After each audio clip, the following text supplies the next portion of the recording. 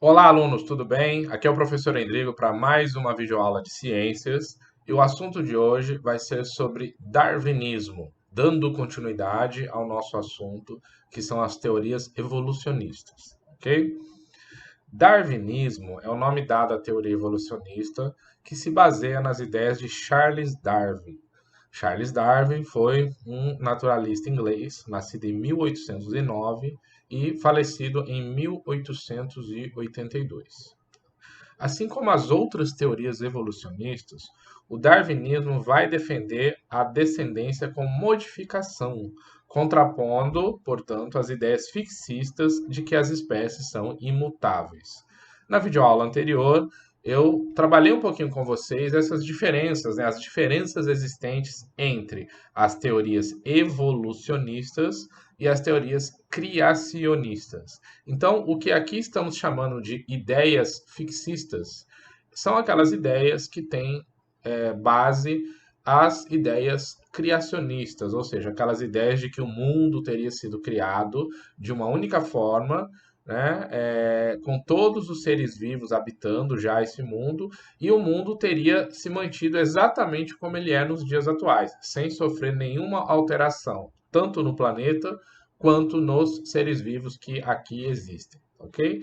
Então, só para entender para vocês, o que a gente chama de ideia fixista é basicamente as ideias criacionistas. Tudo bem? Bom, o darwinismo, ou seja, as ideias evolucionistas de Charles Darwin, tem dois pilares como sustentáculo das suas ideias, que é a ideia de ancestralidade comum e a ideia de seleção natural. Eu vou apresentar para vocês daqui a pouquinho, nos próximos slides, esses dois conceitos. Tudo bem? E é, atualmente, nós temos uma teoria chamada de neodarwinismo, ou também chamada de teoria sintética da evolução, que são as ideias atuais que tiveram as ideias do darwinismo como início e depois novas descobertas relacionadas à genética, relacionado ao DNA, às mutações, enfim, né? Vários outros conhecimentos que a ciência foi descobrindo, que foi agregando e respondendo algumas dúvidas, algumas lacunas que foram que permaneceram existentes nas ideias de Darwin. Lembrando que, como vocês podem ver, nós estamos falando de ideias de aproximadamente 150 anos atrás, ok? E é justamente sobre essa volta no tempo que eu quero trazer para vocês o início de como tudo começou, né, nessa caminhada de Darwin enquanto um célebre é, nome, né, relacionado às ideias evolucionistas. Charles Darwin, inclusive, é considerado o pai da evolução, né, o criador da evolução, tá ok? Apesar de Lamarck ter, antes de Darwin, trazido vários conceitos importantes, né, que de certa forma contrapunham o criacionismo, é em Darwin que a ciência vai se ancorar e vai, né, dar sequência às diversas descobertas que nós sabemos no mundo atual, ok? Bom, para falar de Darwin, é importante a gente relembrar um pouquinho a viagem de um famoso navio inglês chamado Beagle, o HMS Beagle. O Beagle, a viagem do Beagle, né, como está colocado aqui, é um título que comumente é dado a um livro escrito por Darwin e publicado em 1839. Então vejam que Darwin tinha, quando publicou o livro, apenas 20 anos de idade. Isso significa que antes disso ele embarcou nessa viagem, né? E ele levou consigo um diário de anotações, e essas anotações é a partir dali que ele vai formular, depois de uns 15, 20 anos, a sua ideia de evolução, né? Que a gente vai falar daqui a pouquinho, tá certo? Bom, essa expedição do Beagle, originalmente ela foi planejada para durar um ano, mas acabou durando quase 5 anos. Importante dizer que essa viagem não tinha o objetivo de levar o Charles Darwin por essa viagem dando volta ao mundo, né? O objetivo principal da expedição do Beagle era atualizar as diversas cartas náuticas que a Inglaterra detinha, né? Então nós estamos falando de um período de grandes navegações, né? Antes desse período, Colombo já tinha vindo até a América do Norte, Pedro Álvares Cabral já tinha vindo até a América do Sul, já se conhecia o caminho que dava a volta na África e chegava até o Oriente Médio, ali nas Índias, né? Onde hoje nós conhecemos como país Índia, tá certo? Então, assim, essas cartas náuticas, né, que são as anotações e os direcionamentos que eram utilizados na época como referência, né, para que os navegadores, né, soubessem para onde navegar, né, nos oceanos, o Beagle tinha essa função de atualizar essas cartas náuticas. Né? Essa era a principal função dessa navegação, tá certo? Desses quase 5 anos, 3 anos e 3 meses foram em terra, ou seja, o navio atracava em determinados locais e ficava por um tempo atracado para que as pessoas que estavam, né, trabalhando com as cartas náuticas pudessem fazer os seus desenhos, né, e atualizar os seus cálculos. E, enquanto isso, Darwin pesquisava e andava por aquela região e observava uma série de fatores que eu vou falar já já, né? E ao fazer essas observações, ele anotava lá no seu diário de anotações, que depois veio a se transformar nesse livro que vocês estão vendo a capa dele aqui. Esse aqui é uma capa mais atual, né? Esse livro, inclusive, tem até hoje uma versão mais recente para ser vendida, né? Eu até peguei, inclusive, essa capa de um site de venda de livros ali, tá? Bom, essa daqui foi o trajeto da viagem do Beagle. Então, eles partiram, como vocês viram, em 1839 aqui da Inglaterra, né? Então aqui da Europa, desceram em direção ao Brasil, passaram por toda a costa da América do Sul, inclusive o Brasil, contornaram a América do Sul lá embaixo, subiram beirando a América do Sul, só que agora do lado oposto, do lado do Oceano Pacífico. Ao chegar nas Ilhas Galápagos, né, ficaram bastante tempo, é um local que, inclusive, a expedição ficou bastante tempo parada. O navio atravessou todinho o Oceano Pacífico, conforme vocês estão vendo aqui, né? Aí, indo lá, dando continuidade no mapa, eles chegam até a Oceania, vão atracando em várias ilhas, contornam a Austrália, passam por algumas ilhas aqui do Oceano Índico, né, do sul da Ásia, atravessam o Oceano Índico, né, vão chegando até o continente africano, contornam o continente africano, voltam para o Brasil, mais precisamente em Fernando de Noronha, e de Fernando de Noronha seguem viagem de volta para a Inglaterra, né? Então, quase 5 anos para dar essa volta ao mundo, né? E analisar, né? E nessa volta ao mundo, né? Por todo esse trajeto, cada vez que o navio atracava nas ilhas, o Darwin ele fazia observações das características de animais e plantas e ele observava uma série de características em comum entre esses animais, inclusive comparando plantas e animais que viviam, né, nessa região aqui da África e na América do Sul, né? E aí, como a gente sabe, hoje em dia, atualmente, nós temos a teoria da tectônica das placas, que nos diz que a América do Sul e a África, já em um passado muito distante, foi um continente único, né? Vocês já devem ter ouvido falar sobre a teoria da Pangeia, né? Então, é, essa separação separou também plantas e animais que passaram a existir só na África ou só na América do Sul. Tá? Só que aí a gente já começa a entrar na teoria sintética da evolução, ou seja, em teorias pós-Darwin. Darwin, como eu já adiantei para vocês, foi um naturalista britânico, né?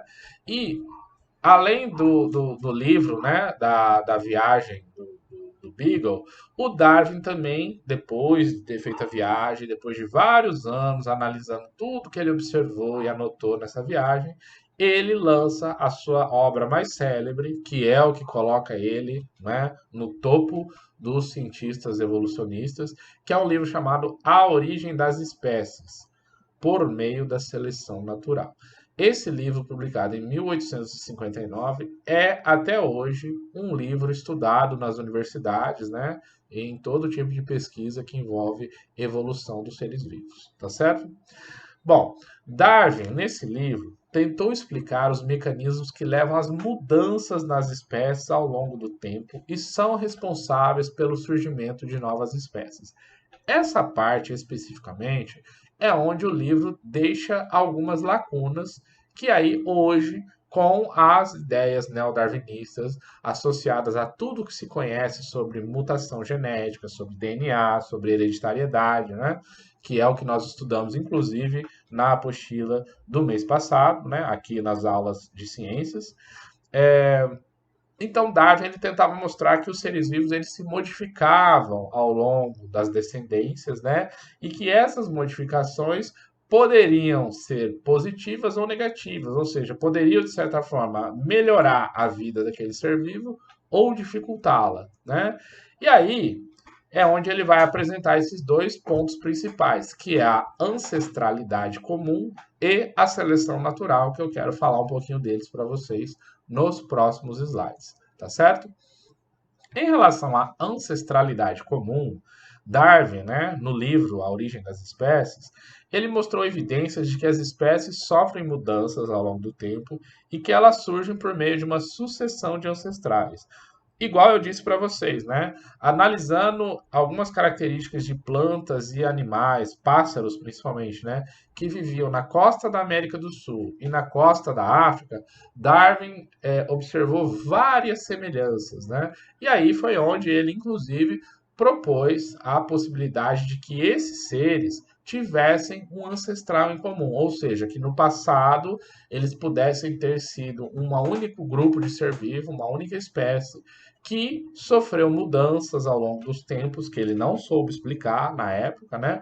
Hoje sabemos que trata-se das mutações genéticas que são transferidas pelo DNA nos seres vivos, não é? E aí, o Darwin utilizou no livro A Origem das Espécies o termo descendência com modificação para explicar essa ideia. Hoje, nós sabemos que essa descendência com modificação nada mais é do que uma descendência que, por sofrer mudanças em seu material genético, formam seres vivos com características diferenciadas e esse DNA ele vai sendo passado de geração em geração, né? Segundo Charles Darwin, essas espécies apresentaram, portanto, ancestrais comuns e foram sofrendo modificações ao longo do tempo que levaram ao surgimento de novas espécies com base nesses ancestrais, né? É muito comum, quando a gente vai falar da ancestralidade humana, a gente observar imagens como essa daqui, por exemplo, né? Hoje, nós sabemos que antes da existência do Homo sapiens, vários outros seres vivos semelhantes a nós viveram aqui no planeta Terra, né? Aqui, nessas duas imagens, que são praticamente iguais, né? Nós estamos mostrando uma linha de ancestralidade, né? Do Homo sapiens, mostrando diferentes tipos de crânios, né? Então aqui eu já estou até adiantando para vocês um pouquinho do assunto da próxima videoaula. Na próxima videoaula nós vamos falar mais em detalhes sobre as evidências evolutivas, ou seja, algumas evidências científicas que mostram a existência de seres vivos no passado que hoje não existem mais. E assim é com os hominídeos, né? Então, antes da existência do Homo sapiens, existiu um grupo de seres vivos semelhantes ao Homo sapiens, que recebe o nome científico de Homo sapiens neanderthalis, ou conhecido popularmente como Homem das Cavernas. Antes dele, teve o Homo erectus, Homo habilis e o gênero Australopithecus, que era bem diferente dos hominídeos, né? Era bem mais semelhante a outros tipos de primatas, né? Professor Endrigo, como que a gente sabe que esses seres vivos existiram? A principal evidência evolutiva são registros fósseis, são crânios e demais ossos de esqueletos que foram sendo encontrados em diversos locais do mundo, né? E possibilitou aos cientistas, no caso aqui é uma ciência chamada paleontologia, né? Propor a existência de hominídeos diferentes do Homo sapiens, ou seja, diferentes da espécie humana que hoje existe aqui no planeta, que somos nós, né? E o detalhe, existe um teste químico que é feito com o átomo de carbono, talvez vocês até ouviram já falar, que é um carbono radioativo, que é o carbono 14. É um átomo de carbono que contém 6 prótons no seu núcleo e 8 nêutrons. Portanto, ele tem um número de massa 14. Né? Nós estudamos um pouquinho de química, né? Em alguns meses para trás aí. Esse carbono 14, ele provavelmente nós temos muitos desses átomos, né, na nossa estrutura orgânica, inclusive nos nossos ossos, né? E aí, quando esses seres vivos morrem, esse carbono 14 ele começa a emitir radioatividade para o ambiente, ou seja, energia radioativa. Né? E aí, quando você pega, por exemplo, você descobre lá, por que sabe-se que o Australopithecus viveu em torno de 450 mil anos atrás?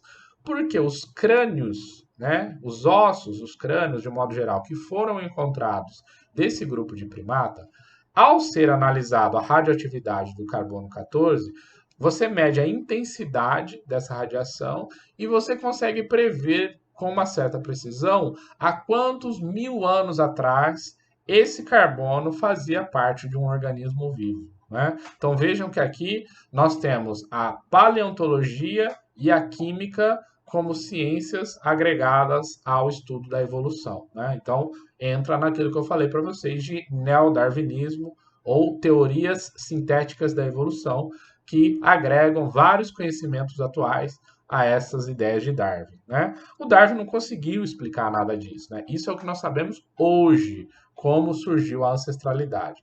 Mas o que Darwin tentava dizer para nós era algo mais ou menos assim, que os seres vivos atuais, né, tiveram ancestrais em comum. Né? Então, vejam bem, você já deve ter ouvido algo semelhante a assim: o ser humano é descendente do macaco. E aí, quando a gente ouve algo desse tipo, passa-se a impressão que nós, humanos, somos descendentes daquele macaco que existe hoje, na floresta, no zoológico, enfim, né, em qualquer que sejam os locais aí que eles habitam.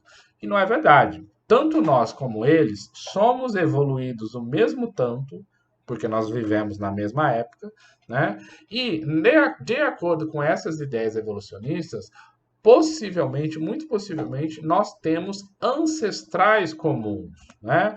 Então, olha lá, há aproximadamente 25 milhões de anos existia um único tipo de primata, que se tem inclusive registros fósseis dele, que é o Dryopithecus. Não se acha nenhum outro mamífero com essa idade, né, 25 milhões de anos, não se tem nenhum registro fóssil de nenhum outro mamífero. Não se tem registro fóssil de seres humanos, de chimpanzés, de gorilas, de orangotangos, de nenhum primata da atualidade. Então vejam bem, de acordo com essas ideias, nós não somos evoluídos a partir do macaco que existe hoje. Nós somos evoluídos de um ancestral comum. Daí a ideia de Darwin ali, ancestralidade comum. Passados 10 milhões de anos, teria surgido o Ramapithecus. Passado mais 5 milhões de anos, o Australopithecus. E no intervalo entre 10 e 5 milhões de anos atrás, teria começado a se ramificar e a surgir o Homo sapiens, os chimpanzés, gorilas, há 17 milhões de anos atrás, orangotangos, né? E isso se tem conhecimento de acordo com esses registros fósseis analisados o seu carbono 14. Então, quando se encontra um fóssil e se encontra a data mais ou menos precisa de quando ele viveu, a partir da análise da radioatividade do átomo de carbono com o número de massa 14, que é o carbono 14, né, você consegue colocar na linha evolutiva quando que aquele ser vivo, né, habitava o planeta. Tá? Então, vejam, são evidências evolutivas que refutam totalmente as ideias fixistas, ou seja, o planeta nunca foi sempre igual, houveram seres vivos que viveram no passado e não existem mais, né? E tudo isso é fruto de uma evolução. E essa evolução vem a partir do próximo slide, que nós vamos falar sobre a seleção natural. Uma outra evidência evolutiva, né, que a gente também vai trabalhar nos próximos slides, são as estruturas homólogas, né? Então, por exemplo, quando você analisa a origem embrionária de certos órgãos de seres vivos, de certas partes, né, vamos assim dizer, por exemplo, o braço de humanos, a pata dianteira de um cavalo, a asa de um morcego e a nadadeira de uma baleia. Então, veja que nós estamos falando de um mamífero bípede, um mamífero quadrúpede, um mamífero que voa e um mamífero aquático, que é a baleia, né? Porém, quando você olha as estruturas ósseas, elas são bem semelhantes em termos de distribuição, né? Então, isso mostra que esses quatro animais aqui, há muitos milhões de anos atrás, tiveram origens ancestrais comuns, né? Mas eu vou deixar para a gente se aprofundar um pouquinho mais nessas evidências evolutivas, né? No caso aqui, estruturas homólogas, vou deixar para falar um pouquinho mais na próxima videoaula, que vai ser específico sobre evidências evolutivas, ok? E aí, como eu disse para vocês, dando sequência, a seleção natural é o outro pilar, é o outro princípio das ideias evolucionistas de Darwin. De acordo com elas, de acordo com a seleção natural, os indivíduos que herdam características que lhes conferem vantagem de sobrevivência apresentam maior chance de desenvolver-se e reproduzir-se, passando essas características vantajosas a seus descendentes, né? Como que o indivíduo herda característica? Então nós aprendemos através do DNA. Como que uma nova característica surge? Lamarck errou ao dizer que era pelo uso e desuso. Mas Darwin também não soube dizer exatamente como era, por desconhecer os princípios da genética, mas hoje, com os atuais conhecimentos que nós temos com a genética, as teorias neodarwinistas conseguem explicar que, a partir da mutação de uma parte do DNA, pode ser que um ser vivo adquira uma característica nova no seu corpo, né? E aí, como essa característica é fruto de uma alteração do DNA, os descendentes desses seres vivos vão receber essa nova característica. Aí é que vem o princípio de seleção natural. Se for uma característica que melhora o desenvolvimento e a reprodução desse ser vivo, ou seja, que vai facilitar ainda mais a sobrevivência dele no ambiente em que ele habita, nós dizemos que foi uma mutação positiva, foi uma mudança benéfica para a vida desse ser vivo. Ele evoluiu. Se a mudança dificultar a sua sobrevivência, dificultar a sua capacidade de alimentação, dificultar a sua capacidade de viver no ambiente em que ele está e dificultar a sua capacidade reprodutiva, então a gente está falando de uma mudança que foi negativa, que dificultou a sobrevivência desse ser no ambiente. Ele evoluiu. E nesse caso, o próprio meio ambiente vai selecioná-lo. Daí o princípio seleção natural. Então, de acordo com as mudanças que vão ocorrendo nos seres vivos, se elas são benéficas, a nova característica fixa na espécie. Se elas são maléficas, a nova característica coloca aquele ser vivo em extinção, ou seja, faz com que aquele grupo de seres vivos que está carregando essa característica ruim, essa característica que dificulta a sua sobrevivência, aquele grupo de ser vivo ele tende a entrar em extinção, né? Portanto, a capacidade. Então, aqui na apostila de vocês não traz assim tão profundo, mas é o que nós chamamos na ciência de adaptação. Quanto melhor adaptado um ser vivo é ao ambiente em que ele habita, maiores são as chances dele se manter existindo. E quanto menos adaptado aquele ser vivo é ao ambiente em que ele habita, as chances dele entrar em extinção são maiores do que a sua sobrevivência, né? E assim, alguns seres vão existindo e evoluindo, outros vão desaparecendo e se extinguindo, desaparecendo do planeta, né? Assim teria acontecido com dinossauros, com mamute, com tigre dente de sabre e com uma série de outros seres vivos, né, que a gente só sabe que existiu no planeta porque evidências fósseis foram achadas. tá? Mas vamos falar disso na próxima videoaula. Aqui é o que eu falei para vocês, né? As características menos vantajosas vão ter menos chance de sobrevivência e de reprodução, né? Ao longo das gerações, percebe que a característica vantajosa vai aumentando e aí ela vai se mantendo fixa no indivíduo e a outra característica, aquele outro grupo, vai desaparecendo, né? Charles Darwin, por exemplo, explicaria diferente aquela ideia da girafa de pescoço comprido de Lamarck, né? Enquanto Lamarck falava que as girafas foram esticando o pescoço para tentar comer o alimento lá em cima e o pescoço foi esticando, Darwin vai explicar da seguinte forma: existiam girafas. Num dado momento, as girafas sofreram alterações e passaram a ter um pescoço um pouco mais comprido do que o normal. Hoje a gente sabe que nós estamos falando de mutações genéticas. Qual girafa se tornou mais adaptada a existir? As de pescoço comprido, porque elas conseguiam se alimentar com muito mais facilidade. Qual girafa era menos adaptada a existir? As que mantiveram a característica pescoço mais curto, porque elas tinham uma limitação de alimentos, né? Qual seria a tendência da seleção natural? Os grupos de girafas de pescoço mais curtos irem diminuindo, né? Ou seja, irem se reproduzindo cada vez menos, até desaparecerem totalmente a sua existência. E a nova característica que surgiu, pescoço longo, teria se mantido coexistindo. Ou seja, aqui nós temos uma evolução de uma espécie. Né?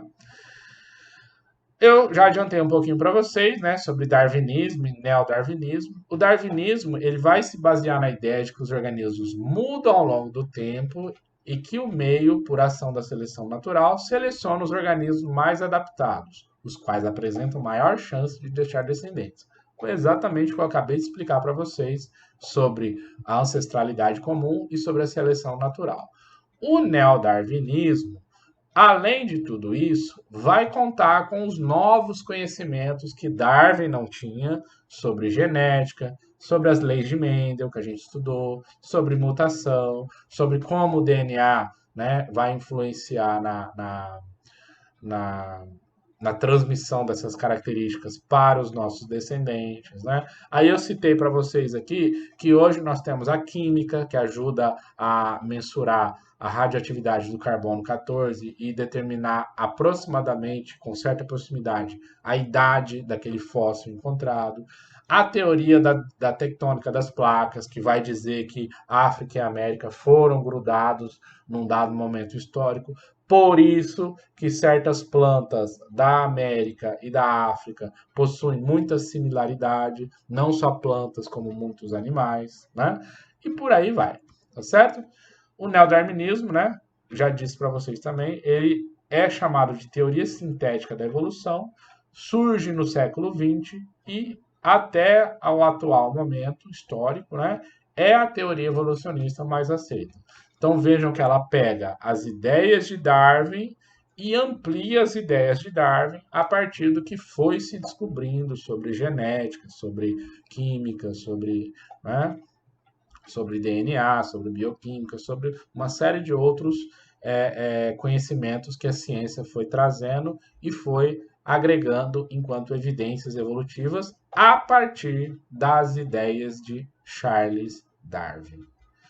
Galerinha, essa videoaula foi gravada, pensada e planejada para vocês, alunos do 9º ano do ensino fundamental, que estão estudando com as apostilas que eu, professor Indrigo, disponibilizei para vocês neste mês de novembro, tá certo? Deve estar aparecendo aqui abaixo dessa janelinha, onde vocês estão me vendo, um botão de inscrição para que vocês cliquem e se inscrevam no canal do professor Indrigo. Conto com a ajuda de vocês. Muito obrigado pela participação nessa videoaula de hoje e até a próxima, pessoal. Tchau, tchau.